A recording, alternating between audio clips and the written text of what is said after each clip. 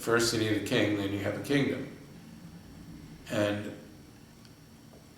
but the funny thing with Trungpa is, he, in my mind, for me, he started to create a kingdom, but we didn't know he was the king, you know, because he wasn't letting on.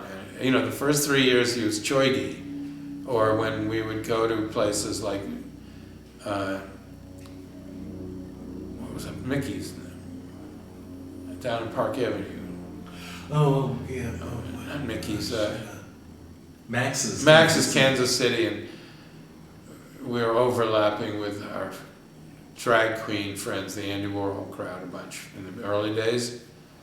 And he would always pretend his name was, Trungpa would pretend his name was Dave, and he was a food photographer. So that's how he was disguised. And then when I was skimming Jeremy's book, I was reminded that the first title that we started calling Trungpa by was Vajracharya, not Vidyata, but Vajracharya, because he said, well, you know, when His Holiness Karmapa is coming, you can't really call me Choigi in front of him. You know, we have to start putting on suits and ties and call me Vajracharya. And I was like, oh, who do you think you are? I remember a lot of people were, wait a minute, what's he doing? Who the hell is he, you know? You know, I thought he was one of us guys. I thought he was like a hippie like us. And of course, later we found out Vajracharya is like just the most common title. Like that means almost nothing. You know, that's just like Umze, you know, saying an Umze. So he was choosing the lowest, you know, Vidyata is the ones. Then he years later, he said, no, it's really Vidyata, you know. But he was very humble, dare I say, about titles in the beginning. But just for His Holiness Karmapa's sake, he said, you can't call me Choigi, you know. So, in other words, we didn't know he was the king, you know, until very much toward the end of his life, as far as I'm concerned, you know. And even then, after he died, remember up in Nova Scotia, who was the old truck driver kind of guy who was saying, you know, do you know who that Trungpa was? He's the 25th Rigden king that's going to come. You know? Who was that? It was Jigme Punsak. Jigme Punsak, you know. It was only really after Trungpa died that other teachers were saying, you know, he's the 25th Rigden king. Yeah, Choki Lodro. Yeah, and he's the guy that's going to throw the iron wheel, and you guys, because you knew him, are all going to be riding around on horses, circumnavigating the club and defeating the forces of materialism, the Muslims, you know, and all that. Really, it was only sort of really towards the end of Trungpa's life that you were going, oh my God, you know, he's way beyond anything we ever dreamed of. So, to me, he was creating a kingdom. And I kept going, this is really cool and it's beautiful, but who's it for? You know, I mean, originally it was like, okay, the Snow Lion Inn, it's a style. And I thought it was just a style. Like, he used to talk about how he wanted to create a style. He thought that the last really cool style in the West was Art Deco, because it had a unified look and it was uplifted and everybody kind of agreed on that visual language. And Art Deco kind of extended through the 40s, a certain look in the 40s that happened, and started kind of losing it in the 50s, and then by the time the 60s came around, it was going downhill rapidly, and then pop art kind of put the nail in the coffin, you know? You know what I mean? Right, elevating Brillo boxes to art. Yeah, you know, and putting, you know, he just, whoa, that was it, you know? But he recognized a certain heroic something going on in the 50s with the abstract expressionists and Jackson Pollock that he totally loved and that kind of thing. But as far as a style, you know, architectural and clothing and all that, Art Deco was kind of the last really great thing. Up and through the 40s, you know, Art Deco kind of extended a version of it into the 40s. So it was only when His Holiness, I can't even say Karmapa because I've been so corrected. His Holiness Karmapa came, that it was like, oh my God, there's a king for the kingdom, you know? And I still wasn't even thinking that way, but Karmapa was so just regal presence. He was everything that you ever thought King Arthur or Richard the Lionhearted or any of these guys should be. You know, it was like, whoa, you know, the real deal, you know. So Dina's totally right. You need a king before you have a kingdom. So Trungpa knew there was this Dharma king waiting in the wings that he was going to bring on stage.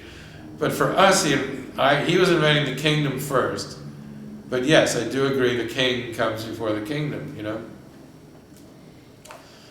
Because we were laboring under the delusion that Trungpa wasn't the king. Yeah. You know? Trungpa was so into just not letting on, you know? And it was so interesting how it all happened, you know? He became more and more regal in things and king-like. But then, you know, towards the end, it was like when he started getting into the whole thing about the Habsburgs, you know? You know, when he would book airline flights as the king of Prussia, you know? And then when we started having to call him Your Majesty, that's when it was like, whoa, what's this all about, you know? Every point along the way. I personally loved it all, because I was just in it for the cool art show, you know? And as an art student, I just loved the antique stuff and the cloisters and ancient Greece, and I just wanted kingdoms, man, you know? You know what I mean? So yeah, I would imagine I had freaked out a lot. You know, hippie relationship Oh, to authority. yeah. And I had no problem with, you know, when the suits and ties were introduced, I was already living in the fashion world. So I personally didn't like, but I could put on my Armanis and put on my fancy version of a kind of flashy version of suits and ties, you know? So, but the pins and all that was just cool stuff to me, you know? I mean, we were reveling in the fashion world at that point, so. They're accessories. Yeah, it was just accessories and cool stuff, you know? I'd never. belonged to the coolest. Huh? We had the coolest pin in the Burma Chandra. Yeah. And so, you know, I had my little resistance. Like when Trungpa told me I had to join the Kasan. And I said, why, you know? And he was like, for the sake of Dharma art, you know? And now I understand, you know, why. And how did those two intersect? because it's all art. Because it's all an art form, the Kasan. We had the art army before. I was again reading that it was for the Karmapa's first visit that the Vajra guards were formed. To, you know, and that's when we first said, you have to put on suits and ties and go to the airport and look dignified. So, because the real guy is coming in and airport security, you know, you have to look proper. But before the Vajra guards, because now I remember, because as we were making the banners for His Holiness's visit a year before, we invented the art army. You know? So we had the art army. And we did it, and that eventually became the explorers of the richness and beauty of the phenomenal world. So the explorers were like an early sort of peaceful version of an army. So when he told me to join the Kasung, I already knew about the explorers. So it was like, oh, no, I have to. But then there was the Purna Chandra, the Tibetan Navy. So they drank a lot and went on sailboats. And they had the best girls and the best parties. So, you know, the coolest pin. What? And the best pin. The best pin. And the best flags, and the best of everything. So that was no problem for me, you know. And then I actually went to encampment and just totally loved it, because it was all just a huge display, you know what I mean?